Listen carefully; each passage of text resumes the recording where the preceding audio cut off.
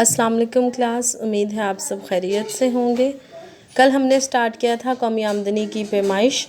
कौमी आमदनी की पैमाइश हम 3 तरह से करते हैं: पैदावार का तरीका, आमदनी का तरीका और अखराजात का तरीका। पैदावार का तरीका कल हमने डिस्कस किया था। आज हम देखेंगे आमदनियों का तरीका या आमदनियों का मजमुआ। आमलीन के मुआवज़ों के मजमुओं के हिसाब से जब हम कौमी आमदनी की पैमाइश करते हैं तो हमारे पास आ जाता है कि कौमी आमदनी पूरी कौम की आमदनी होती है। लिहाजा हम अगर तमाम अफराद की आमदनियों को 1 बाय 1 जमा कर लें तो हमारे पास कौमी आमदनी आ जाती है। या हम इस तरह से भी कर सकते हैं कि चारों आमदीन पैदाइश का मजमुआ लेके उनके जो मुआवजे हैं उनका मजमुआ ले लें तो हमारे पास कौमी आमदनी आ जाती है। यानी कि ज़मीन का लगान, मेहनत की उजरत, सरमाए का सूद और तंजीम का मुनाफा वगैरह। आमदनी के तरीके से कौमी आमदनी की पैमाइश में मदरजा ज़ैल 8 किस्म की आमदनियों को शामिल किया जाता है। यानी कि फ़र्दन तमाम लोगों की आमदनी वो आपको पता है। टैक्स के चक्कर से या वैसे ही कोई भी इंसान अपनी आमदनी सही नहीं बताता। तो कैसे कैसे हम आमदनियों के तरीके से कौमी आमदनी को जमा करते हैं। सबसे पहले मुलाजमीन की उजरतें और तनख्वाहें। सबसे आसान तरीका यही है, ये ऑन द रिकॉर्ड चीज़ें होती हैं कि मुलाजमीन की तनख्वाहें या उजरतें कितनी दी जा रही हैं। अगर आप किसी फर्म में देखें तो वो फ़ौरन से जो आजरीन है वो आपको बताने के लिए तैयार हो जाएंगे। मुलाजमीन बताने के लिए तैयार नहीं होंगे, लेकिन आजरीन ये बताने के लिए तैयार हो जाएंगे कि हम अपने जो एम्प्लॉयज़ हैं उनको कितनी आमदनी देते हैं। कौमी आमदनी की पैमाइश में इन तमाम मुलाजमीन की उजरतें और तनख्वाहें शामिल होती हैं जो कि सरकारी, नीम सरकारी और निजी महकमों में मुलाजिम। नीम सरकारी का मतलब है कि कुछ ऐसे होते हैं जो पब्लिक प्राइवेट पार्टनरशिप होती है, यानी कि उसमें कुछ सरकारी अमल दखल होता है और कुछ निजी प्राइवेट अमल दखल होता है। इनकी काबिलियत और सलाहियत के एवज़ जो माली फ़वाइद मिलते हैं वो भी इसमें शामिल होते हैं। इस मुद्दे में ज़ाती कारोबार से हासिल शुदा आमदनी को शुमार नहीं जाता है। माली फ़वाइद जो होते हैं इससे मतलब है कि माली फ़वाइद का मतलब ये है कि कोई जैसे इनकम के साथ साथ कोई घर मिल जाता है या जो है वो वैकेंसी का हो जाता है, ट्रांसपोर्टेशन के हो जाते हैं। दूसरा हमारे पास है ज़ाती कारोबार से हासिल शुदा आमदनी। वो अफराद जो ज़ाती कारोबार से आमदनी कमाते हैं वो भी कौमी आमदनी में शामिल होती है। जैसे किसान फसल लगाकर और दुकानदार सामान बेचकर आमदनी कमाता है। इसमें किसी शख्स को मेहनत और सरमाया दोनों से हासिल होने वाली आमदनियों को शामिल किया जाता है। तीसरा है आमदनी का ज़रिया किरायाजात। बहुत सारे लोग हैं जिन्होंने अपनी दुकानें या घर ख़रीद के किराए पे दिए होते हैं, तो वो भी उनका सोर्स ऑफ इनकम होता है। फिर है कारोबारी मुनाफाजात। कारोबार कॉरपोरेशंस के मुनाफाजात को भी कौमी आमदनी का हिस्सा बनाया जाता है। ये मुनाफाजात कॉरपोरेशंस अपने हिस्सेदारों में तकसीम करती हैं। यानी कि कॉरपोरेशन में जो कंपनीज़ होती हैं, जो मुश्तरका सरमाए की कंपनीज़ होती हैं वो काम करती हैं और फिर जो मुनाफा होता है वो अपने लोगों में, जितने भी लोग होते हैं उनमें तकसीम कर देती हैं और इसमें से ही इनकम टैक्स भी अदा करती हैं। जो बाकी बचता है उसको रिटेन्ड प्रॉफिट कहा जाता है। वो आपने पढ़ा होगा, हम लोगों ने कौमी आमदनी से शख्सी आमदनी हासिल करने के लिए हम मुश्तरका सरमाए की कंपनियों के गैर मुनक़सिम मुनाफाजात माइनस करते हैं। तो वही मुनाफाजात होते हैं जो कि वो तकसीम नहीं करते बल्कि उसको रख लेते हैं कि दोबारा कारोबार में इन्वेस्ट करके हम मुनाफा कमाएंगे। खालिस सूद, एक शख्स मुख्तलिफ सरमायाकारियों से जो सूद कमाता है, इसमें कर्ज़ों पर वाजिब सूद अदा करने के बाद जो सूद बचता है इसे खालिस सूद कहते हैं। यानी कि अगर कोई आदमी सूद कमाता है कर्ज़, तो वो अगर बहुत सारे दफ़े ऐसे होता है कि लोग दूसरों से पैसे लेते हैं। जैसे कि बहुत सारे लोग जो इंश्योरेंस कंपनीज़ है, बीमा कंपनियां, उनके बारे में भी यही ख्याल करते हैं कि जब वो दूसरे लोगों का पैसा होता है उनको भी प्रॉफिट के नाम पे सूद दिया जाता है और वो लोग ख़ुद भी जब उसको करते हैं तो कमाते हैं। तो जो सूद वो कमाते हैं और जो वो पे करते हैं उनके दरमियान जो डिफरेंस होता है, जिसको वो मुनाफा कहते हैं, वो खालिस सूद होता है। नेक्स्ट है पैदावार और दरामदात पर टैक्स। हुकूमत की आमदनी को भी कौमी आमदनी में शुमार किया जाता है जो कि टैक्सों की सूरत में होती है। जैसे सेल्स टैक्स जो चीज़ों की टैक्स लगते हैं, जैसे कि आप कोई भी साबुन है, शैम्पू है, सर्फ वगैरह है, पत्ती है, उसका आप डिब्बा या पैकेट जो भी उठाएंगे तो उस पर आपको इनकम के साथ +20, 30 ST होगा, जिसका मतलब है सेल्स टैक्स। इसको हम बिक्री टैक्स भी कहते हैं। एक्साइज ड्यूटी होता है, ये वफाकी हुकूमत लगाती है। कस्टम ड्यूटी जो कि बरामदात पर लगता है। गाड़ियों पर टैक्स वगैरह, ये तमाम टैक्स जो है बिलवास्ता टैक्स भी कंसीडर किए जाते हैं। फिर खालिस कारोबारी इंतकाली दरिए, इसमें वो आमदनियाँ शामिल होती हैं जो कारोबारी इदारे मुख्तलिफ अफराद या हुकूमत को फलाही कामों की गर्ज से देते हैं, मसलन खैराती, अतियात, इंश्योरेंस, अदायगियाँ वगैरह। और 8वां हमारे पास है सरकारी इंटरप्राइजेज़ की बचतें, यानी कि सरकारी जो कॉरपोरेशंस होती हैं, सरकारी कारोबारी इदारों की रवां साल की बचतों को भी कौमी आमदनी की पैमाइश बिलहाज आमदनी में शामिल किया जाता है, जैसे कि पाकिस्तान में स्टील मिल्स, रेलवे, PIA वगैरह।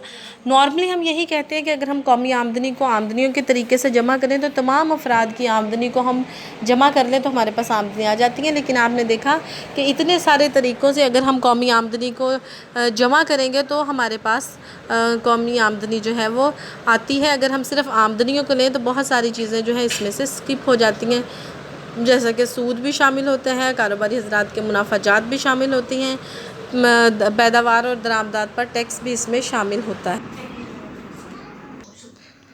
अब आमदनियों के तरीके से कौमी आमदनी की पैमाइश में कुछ एहतियातें भी करनी पड़ती हैं। सबसे पहले इंतकाली अदायगियों को कौमी आमदनी में शुमार नहीं करना चाहिए। इंतकाली अदायगियाँ जो किसी को गिफ्ट दिया जाता है या ज़कात है या ऐसा कोई भी खैरात है तो वो कमाया होता है किसी ना किसी ने, तो वो ऑलरेडी शामिल होता है। लिहाजा इंतकाली अदायगियों को शामिल करें तो दोहरी गिनती का खदशा होता है। गैर कानूनी और गैर अखलाकी तरीक़ों से हासिल करदा रकूमात को भी कौमी आमदनी में शुमार नहीं किया जाता। उसके बाद है मसलन चोरी, चोर बाज़ारी, रिश्वत, स्मगलिंग, डाका ज़नी वगैरह। शुमारियाती तफावत कौमी आमदनी की पैमाइश बिलहाज पैदावार और पैदावार बिलहाज आमदनी में बाज़ दफ़ा फ़र्क पड़ जाता है। शुमारियाती तफावत के हम जो डाटा को इकट्ठा करते हैं फिर उसको हम प्रोसीड करते हैं नेक्स्ट, उसमें कभी कभी डिफरेंस हो जाता है दोनों तरीक़ों में, पैदावार के तरीक़े में और आमदनी के तरीके में। तो कौमी आमदनी बिलहाज पैदावार माइनस कौमी आमदनी बिलहाज आमदनी। मस्बत शुमारियाती तफावत का मतलब है कि पैदावार के तरीके से कौमी आमदनी ज़्यादा शुमार की गई है, दोनों तरीक़ों से इसको बराबर होना चाहिए। लिहाजा दोनों को बराबर करने के लिए शुमारियाती तफावत को जमा या तफरीक करना पड़ता है। उसके बाद फिर है फरसूदगी अलाउंस, जो हमने पहले भी देखे थे कि फरसूदगी अलाउंस से मुराद होते हैं डेप्रिसिएशन। आमदनियों के तरीक़ों में कारपोरेशन के मुनाफाजात, घरों के किरायाजात और ज़ाती कारोबार से हासिल शुदा आमदनियों को मालूम करने के लिए उनमें से फरसूदगी या शिकस्त और रेख्त के अखराजात को माइनस कर दिया जाता है। अब हमारे पास तीसरा तरीका आ गया कुल खर्च का तरीका, यानी कि एक साल के अरसे के दौरान हमारे मुल्क में मुख्तलिफ़ अशिया पर जो रुपया पैसा खर्च होता है उसको अगर हम जमा कर लें तो कुल खर्च का तरीका हमारे पास आ जाएगा। इसमें से अगर सरमाए की फरसूदगी के अलाउंस और अशिया सर्फ पर लगाए जाने वाले टैक्सों को माइनस कर दिया जाए और सब्सिडी को जमा कर लिया जाए तो हमें खालिस कौमी आमदनी हासिल हो जाती है। अब अखराजात के तरीके में कौन कौन से अखराजात होते हैं? निजी सरफी अखराजात जो आम लोग अपनी ज़रूरियात ज़िंदगी के पर करते हैं, खाने पीने, रहने सहने और दीगर ज़रूरियात ज़िंदगी पर। सरकारी सरफी खर्च जो हुकूमत खर्च करती है अशिया खिदमात की ख़रीदो फ़रोख्त पर, मुल्की दिफा पर, अमन व अमान पर, तालीमी, तिब्बी, मुआशरती सहूलियात की बहम रसानी के लिए। निजी सरमायाकारी के आम अफराद जो सरमायाकारी करते हैं, जो कारखाने तामीर करना, नए मकानात बनाना वगैरह। नेक्स्ट है हमारे पास सरकारी सरमायाकारी। हुकूमत भी मुख्तलिफ़ सरमायाकारी के प्रोग्रामों पर ख़र्च करती है, मुख्तलिफ़ मनसूबे बनाती है। सरकारी शोबे में कारखाने तामीर किए जाते हैं, नहरें, सड़कें, रेलवे, पुल वगैरह बनाए जाते हैं। नीज़ मशीन और खामाल की सूरत में भी सरमायाकारी की जाती है। इस तरह मुल्क में होने वाली कुल निजी और सरकारी अखराजात और निजी और सरकारी सरमायाकारी को जमा कर लिया जाए तो हमारे पास कौमी आमदनी आ जाती है। डॉक्टर केन्स के मुताबिक कौमी आमदनी बराबर होती है सर्फ जमा बचत या सर्फ जमा सरमायाकारी, Y=C+S, Y=C+I। हम कहते हैं कि दोनों तरीक़ों से कौमी आमदनी मुतवाज़न सतह पे होती है।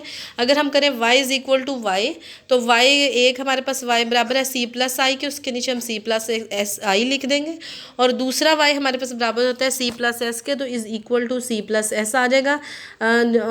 On both side C is common, तो हम C को कैंसिल कर देंगे तो हमारे पास बचेगा I=S, यानी कि बचतें सरमायाकारी के बराबर होती हैं। कौमी आमदनी का दायरवी बहाव नेक्स्ट हमारे पास टॉपिक है कि कौमी आमदनी की पैमाइश 3 तरह से की जा सकती है और इसमें हम कौमी आमदनी का दायरवी बहाव हम कहते हैं कि कौमी आमदनी पूरी मईशत में दायरे की शक्ल में गर्दिश करती है। एक बंदे के पास होती है, वो उसको अगर उस दूसरे लोगों के पास दे देता है तो घूम फिर के दोबारा से आमदनी आना शुरू हो जाती है। तो हम कहते हैं कि किसी भी मईशत में दो अहम शोबे काम कर रहे होते हैं, एक कारोबारी अदारे और दूसरे घराने। घराने जो हैं वो अपनी खिदमात यानी कि मेहनत जो है या सरमाया जो है वो कारोबारी अदारों को फ़राहम करते हैं और कारोबारी इदारे इन रिटर्न उन चीज़ों का मुआवजा इन्हें देते हैं। और दूसरी तरफ अगर हम देखें तो जो कारोबारी इदारे हैं वो उनकी खिदमात के हासिल करने के बाद जो अशिया व खिदमात बनाते हैं वो घरानों को सर्व करते हैं, और घराने फिर उन अशिया व खिदमात की कीमतें उनको देते हैं कारोबारी इदारों को। यूँ हम कहते हैं कि कौमी आमदनी कभी कारोबारी इदारों से घरानों में और कभी घरानों से कारोबारी इदारों में गर्दिश करती रहती है। तो ये कौमी आमदनी एक दायरे की शक्ल में गर्दिश करती है, इसको कौमी आमदनी का दायरवी बहाव।